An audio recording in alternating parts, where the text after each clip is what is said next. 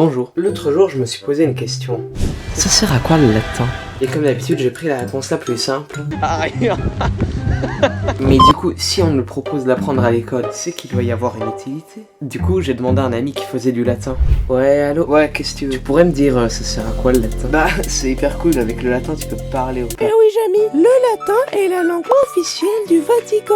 Et pour ceux qui ne le savaient pas, le Vatican est le lieu de vie officiel du pape. Non, en vrai, si tu prends le latin juste pour rencontrer le pape, disons que t'as des objectifs spéciaux. Et du coup, je me suis dit que peut-être pour mieux comprendre à quoi ça sert le latin, il faut déjà comprendre c'est quoi le latin. Alors le latin est la langue que parlaient les Romains, qui a évolué forcément puisque on a la fondation de Rome au 8e siècle avant Jésus-Christ et on a parlé le latin jusqu'à la fin de l'Empire romain, mais encore après dans l'Italie du haut Moyen-Âge jusqu'à ce que ça ait évolué vers l'italien. Et le français pour les régions gallo-romaines comme effectivement la Suisse ou le nord de la France. Ok.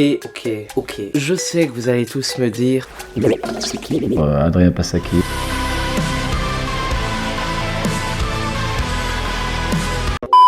Je suis enseignant de grec, de latin et de français à l'EPSB depuis septembre 2022. Bon, maintenant qu'on sait enfin c'est qui...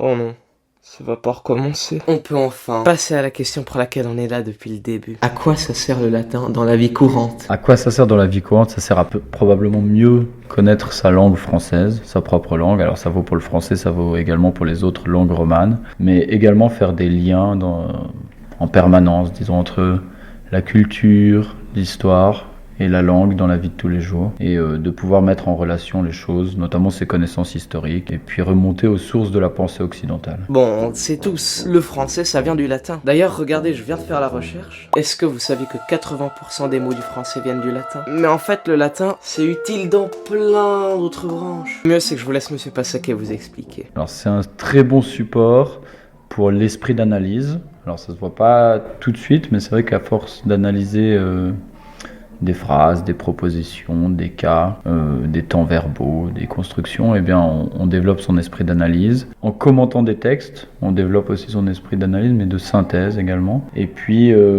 on se fortifie en créant des liens avec les autres branches, notamment en histoire, c'est évident, mais aussi dans les autres langues, dans les autres branches littéraires, les langues. Et puis ça peut servir dans les langues casuelles, peut-être l'allemand, voilà. C'est un bon support aussi pour comprendre un datif, un accusatif en allemand, un nominatif. Bon, tout ça c'est bien joli, mais je sais très bien que vous vous demandez qu'est-ce qu'on fait le latin. Alors, en cours de latin, nous essayons de donner des contenus attractifs qui vont mêler certains cours de langue, c'est quelque chose, mais la langue est toujours un support pour parvenir à la découverte de textes anciens. Et le but serait à terme de pouvoir lire ces textes anciens dans leurs auteurs, donc dans la version originale, pour voir ce qui est dit. Textes qui sont les supports d'une culture, la culture antique, la culture latine, et puis qui nous permettent ensuite d'analyser, de commenter ces textes, et puis d'observer en parallèle des textes, toute finalement l'histoire romaine, depuis la fondation de Rome jusqu'à la fin de l'Empire environ, et même ses suites aussi. C'est-à-dire que c'est très intéressant de pouvoir s'intéresser à toutes les permanences que nous avons dans la culture jusqu'à aujourd'hui. Et même si vous êtes nul en langue, n'ayez crainte,